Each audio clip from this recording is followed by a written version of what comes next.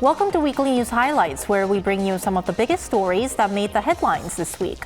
I'm Song Yoo-jin, coming to you from Arirang's virtual studio. South Korean President Yoon announced significant changes to his foreign affairs and security team on Monday. What do these changes mean for Korea's diplomacy and security policies? Thursday marked the 79th anniversary of Gwangbokjeol, Korea's National Liberation Day, celebrating the nation's liberation from Japan. We have some of the highlights from the annual commemoration ceremony and ways to honor those who sacrificed their lives for Korea's freedom. Finally, a continuous stretch of tropical nights and daytime high temperatures reaching nearly 40 degrees Celsius. Korea is experiencing record-breaking summer heat this year with no relief in sight. What's behind this extreme heat wave and how long is it expected to last? After returning from his summer vacation, President Yoon appointed 3 key figures who will be in charge of the country's foreign and security affairs. Our presidential office correspondent Kim Do-yeon reports on who they are and how these choices could shape Korea's national security policy. A major reshuffle of the nation's top security officials.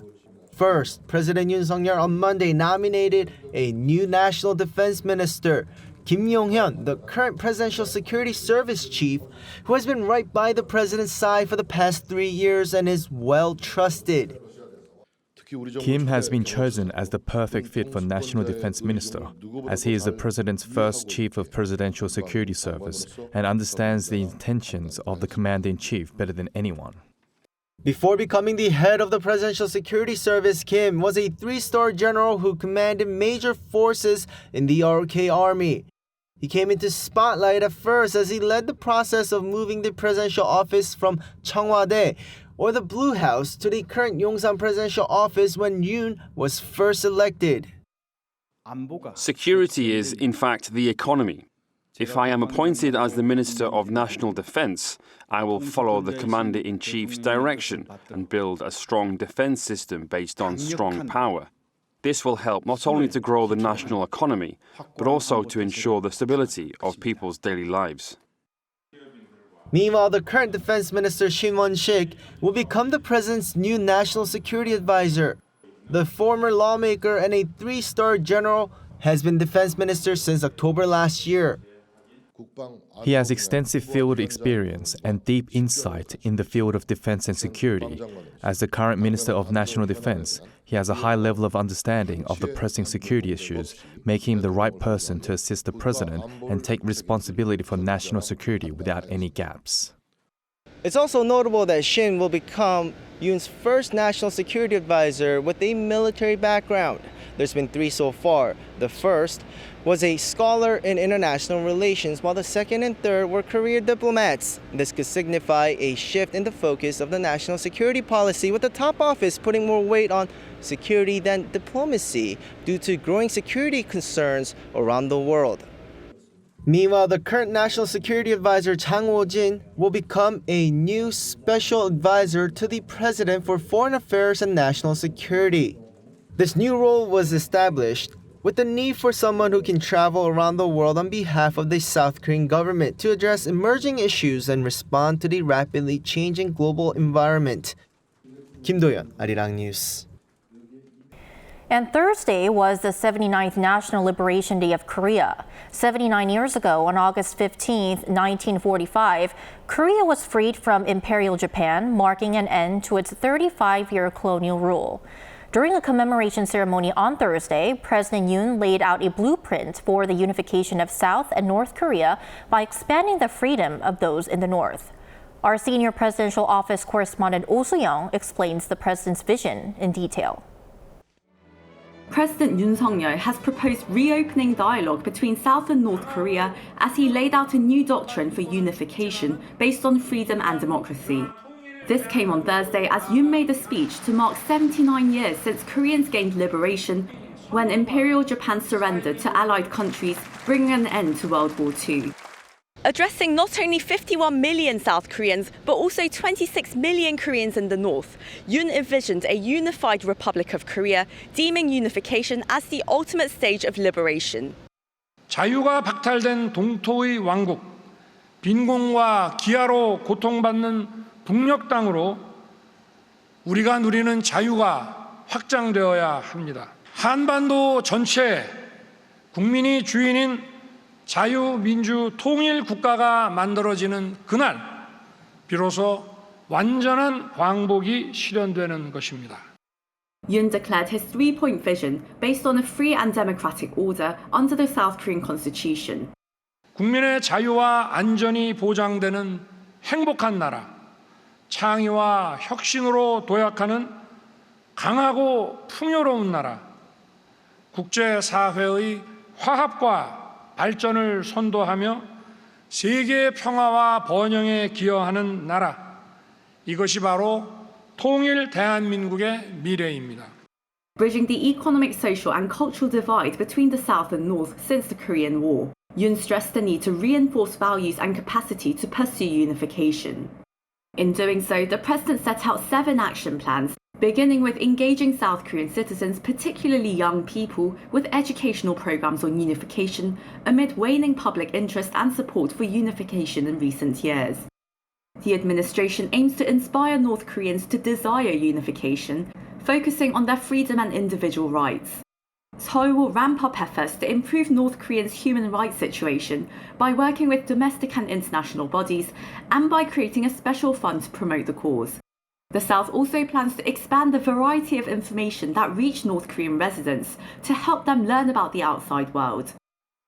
Humanitarian aid is another area of focus to ensure North Korean survival from natural disasters and calamities and to support vulnerable social groups. Yoon once again highlighted the role of North Korean defectors in facilitating unification based on their own experiences and integration into a free society.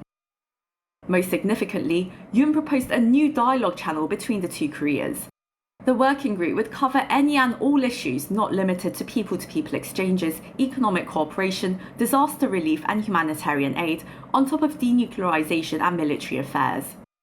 However, Seoul and Pyongyang's ties have worsened in recent years as North Korea continues to pose a nuclear threat to the region and has cut off official communication channels with the South. Humanitarian aid to North Korea and the Inter-Korean Dialogue body require a response from the North Korean authorities. We will wait for that response.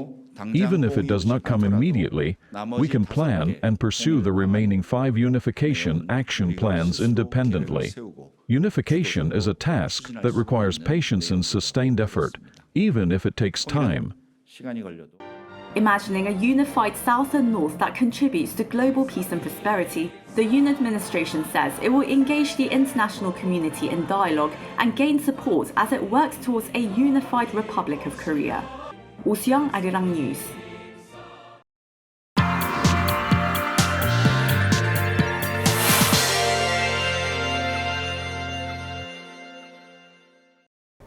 So as mentioned earlier, August 15th is Gwangbokjeol, or National Liberation Day here in South Korea. In honor of this historic day, for our weekly focus this week, we're going to see how those who sacrificed their lives for the nation's independence are honored and remembered here in the country. For more on this, we have a reporter Yeol in the studio. Welcome, Yeol. Thanks for having me. Thank you for joining us. So our first question for you, Yeol, is Thursday marked the 79th anniversary of Korea's National Liberation Day. So for those who aren't really familiar with this day, please tell the significance of what it is. South Korea celebrates National Liberation Day every year on August 15th.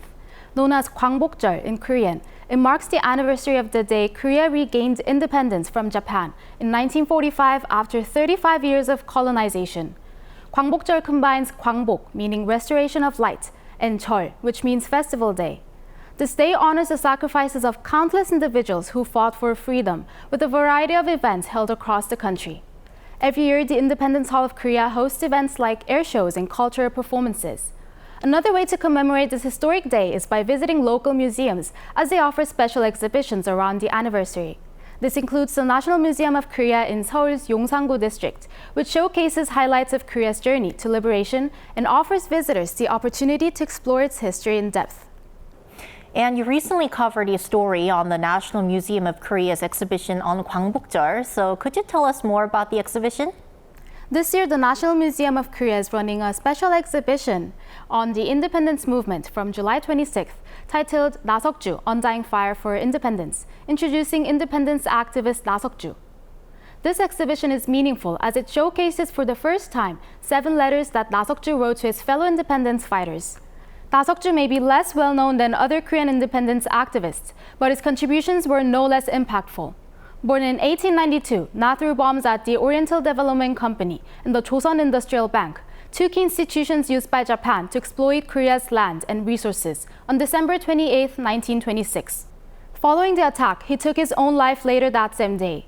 The letters on display, designated as National Register Cultural Heritage by the Korean government, detail his plan as well as his determination to sacrifice his life to expose the injustices of Japanese imperialism to the world. Even though the bombs misfired, his determined resolve to end his life at the age of 34 is forever remembered. Right, so this exhibition seems to showcase a lot of meaningful artifacts. So I want to ask you, how well attended was the exhibition on this Gwangbokjeol National Liberation Day and also introducing 나석주? Yeah, so there were many families, including families with young children and tourists from around the world. Such events often attract large crowds from both at home and abroad, especially around anniversaries, as people are keen to learn about history and heritage. Last year, the museum honored National Liberation Day with a display of personal belongings from Korean independence activists Lee Bong-chang and Yoon Bong-gil. This year, the museum offered new insights into Korea's journey toward independence by featuring works from 나석주. It's just the story of wanting peace and wanting to be free and to do, what he did to sacrifice his life for what he felt was freedom for the country. And so just really fascinating to read the details and to learn a little bit more about all the history. So. He threw bombs. 나석주 was a remarkable activist. Another special display honors the 79th anniversary of National Liberation Day. The Korean national flag is called the 태극기, and this is the oldest remaining example dating back to at least 1891. King Gojong presented the flag to his American diplomatic advisor, Owen Denny, upon his dismissal before Denny left for the United States. This flag is thus known as Denny's 태극기 and was donated to Korea by a descendant of Denny's in 1981. Just the evolution of the design and the colors, and I like how with the harmony and bringing in the yin and yang and then the different elements of the earth, and just to represent the country is really unique in my perspective.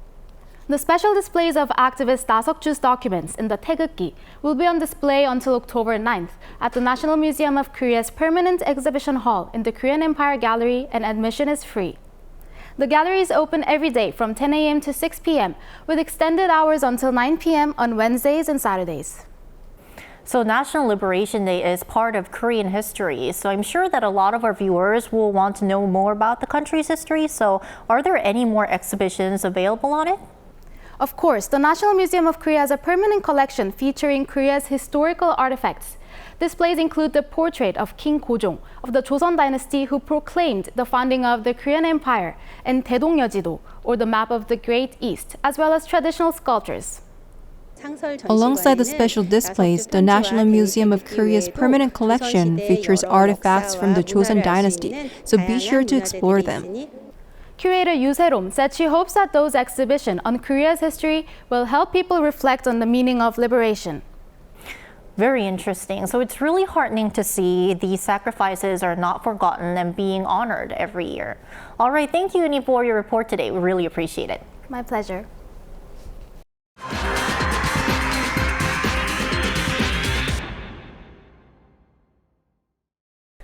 Back here in Korea, this summer's heat is nothing short of unbearable. Cities like Seoul and Busan are seeing long stretches of tropical nights, while daytime temperatures in some areas have soared close to 40 degrees Celsius. Now, normally, we'd expect the heat wave to ease by mid-August, but the National Weather Agency suggests it will stick around longer this year. Now, what's driving this extreme, prolonged heat wave? Our Choi Soo-young spoke with experts to find out what's behind it and how we can protect ourselves. South Korea is unbearably hot even at night. Tropical nights in Seoul, where temperatures remain above 25 degrees Celsius, have continued for 24 days since July 21st, marking the second longest stretch in history, just behind the 26 days recorded in 2018. So far, over 2,400 people have reported heat-related illnesses such as dizziness, fever, vomiting, muscle cramps, and severe headaches. 21 people have died. The Korea Meteorological Administration says a strong high-pressure system is covering the Korean peninsula. In the mid-upper levels of the atmosphere above Korea, both the hot and humid North Pacific high-pressure system and the hot and dry Tibetan high-pressure system are firmly established. During the day, temperatures rise further due to sunlight, leading to the heat wave. So far, the average day high for Seoul this August has been 33.7 degrees Celsius, with temperatures peaking on Tuesday, August 13th, when they reached 36.4 degrees. Experts say climate change and the geographical characteristics of the Korean peninsula are the main factors behind this. The ongoing heat wave is due to changing climate patterns.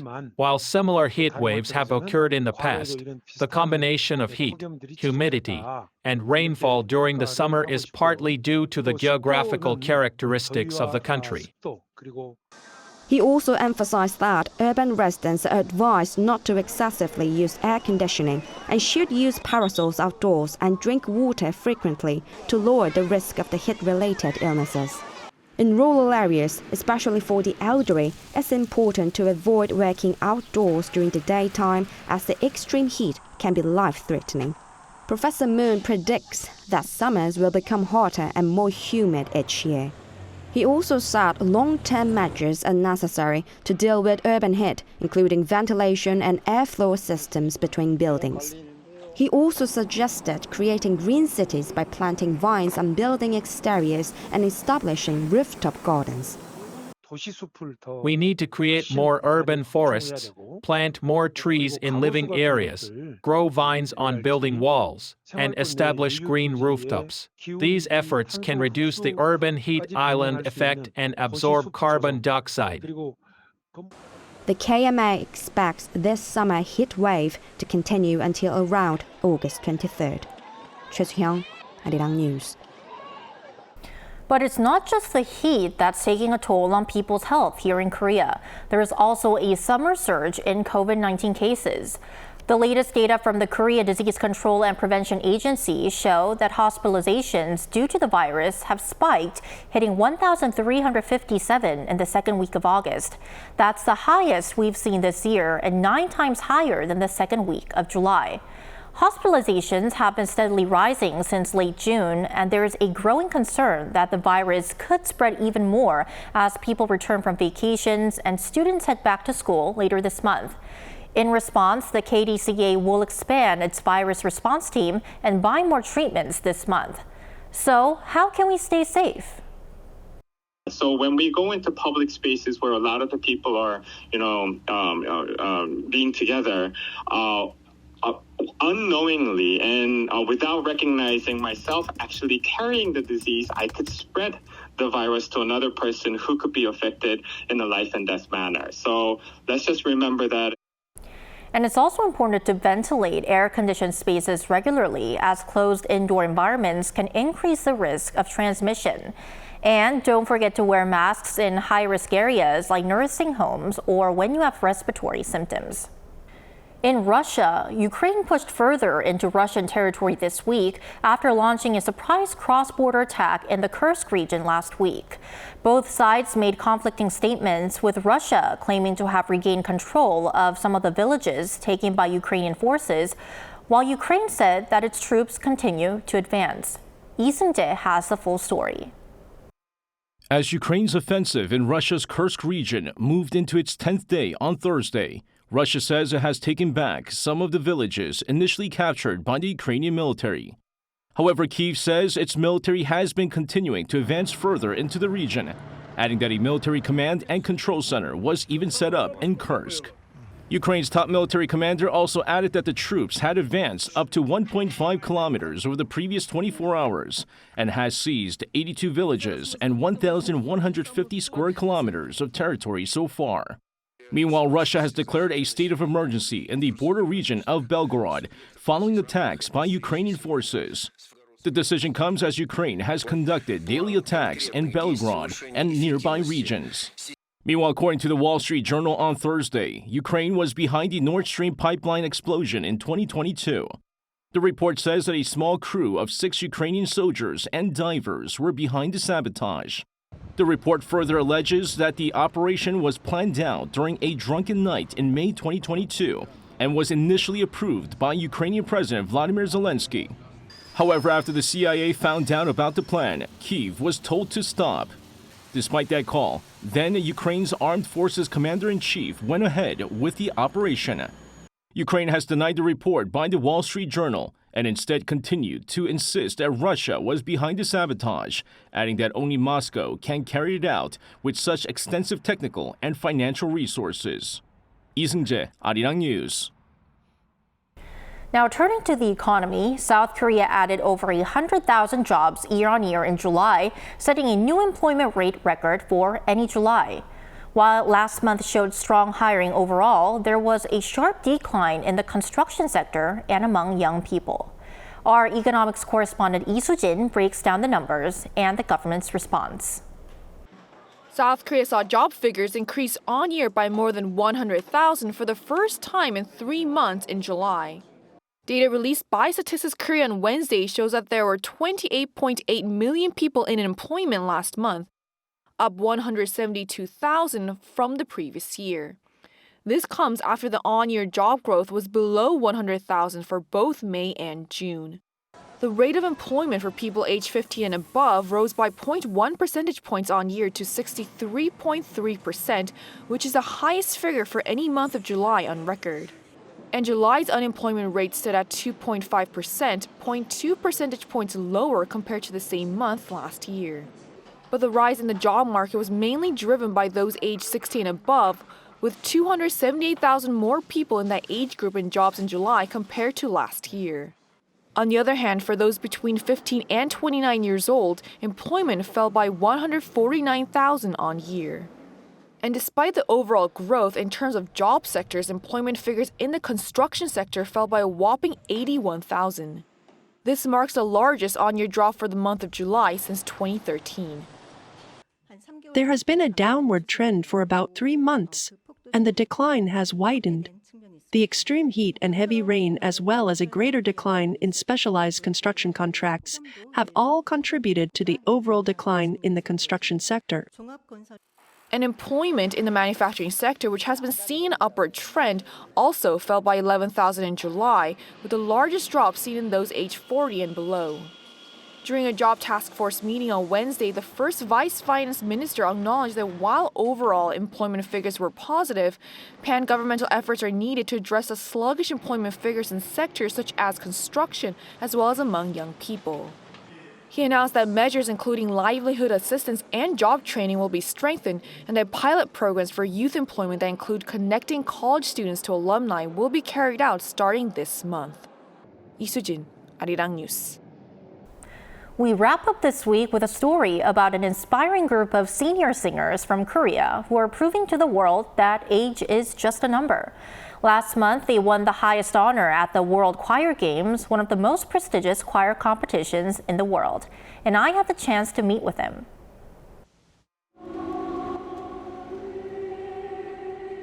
The words gray and youth might not typically go together, but the Gray Youth Choir of Korea goes against those expectations. The choir of 55 members with an average age of 68 ranges from people in their 50s to late 80s. Among them are Korea's first harpist, a former news anchor, and even a 3-star general, all starting a new chapter of life with the choir. Some might remember the choir from the hit Korean reality show Qualifications of Men, where its members were chosen through a nationwide audition as part of the show's choir project back in 2011. This year, the Gray Youth Choir won the top award in the mixed senior choir category of the open competition at the World Choir Games, often called the Choir Olympics. When we first started, we had one clear goal: to become the best senior choir in the world. We wanted to show not just the power of K culture, but the strength of K seniors. It took us 13 years to prepare for that 13-minute performance on the World Choir Games stage, but our patience paid off. This victory didn't happen overnight. It's the result of more than a decade of hard work with performances at home and abroad, including the United Nations headquarters, Carnegie Hall, and Australia's International Choir Festival Graz. But their journey wasn't always smooth. In the beginning, we trained for 3 months and entered our first choir competition, and that's how it all started. Back then, we were just a group of grandmas and grandpas, clueless about choir music, but determined to learn. They overcame such hardships through the dedication of the members and their conductor. Remarkably, the choir practices and rehearses just once a week for 3 hours every Tuesday afternoon. Our practice sessions have a 95% attendance rate, and if you miss 12 sessions a year, you're out of the choir. Our greatest strength is the dedication of our members. Rehearsal is about coming together to harmonize, so individual practice is crucial. My focus has always been on motivating each person to practice at home so that our limited rehearsal time is as effective as possible. The Grey Youth Choir's journey is far from over. They're planning a tour of 16 countries that participated in the Korean War and will continue singing with all their heart and passion towards an ultimate goal. Our dream is to perform at Pyongyang Grand Theatre, uniting North and South Korea in song. It may seem like a distant hope now, but we believe that one day our choir will be part of history, marking the beginning of peace and unification on the Korean peninsula. The Grey Youth Choir's journey is a story of vision, dedication, and the belief that age is no barrier to greatness. When people hear us sing, they often ask, how can these seniors with an average age of 70 sing like a choir of 30-year-olds? Our message is simple. You too can remain young at heart. True to their motto, active senior, as always, these active seniors and singers will continue to inspire the world, proving that anyone at any age can make their dreams come true. Song Yoo-jin, Arirang News. And that's all for weekly news highlights for the third week of August. Thank you for watching, and on behalf of all of us here at Arirang, we hope you have a great rest of the weekend.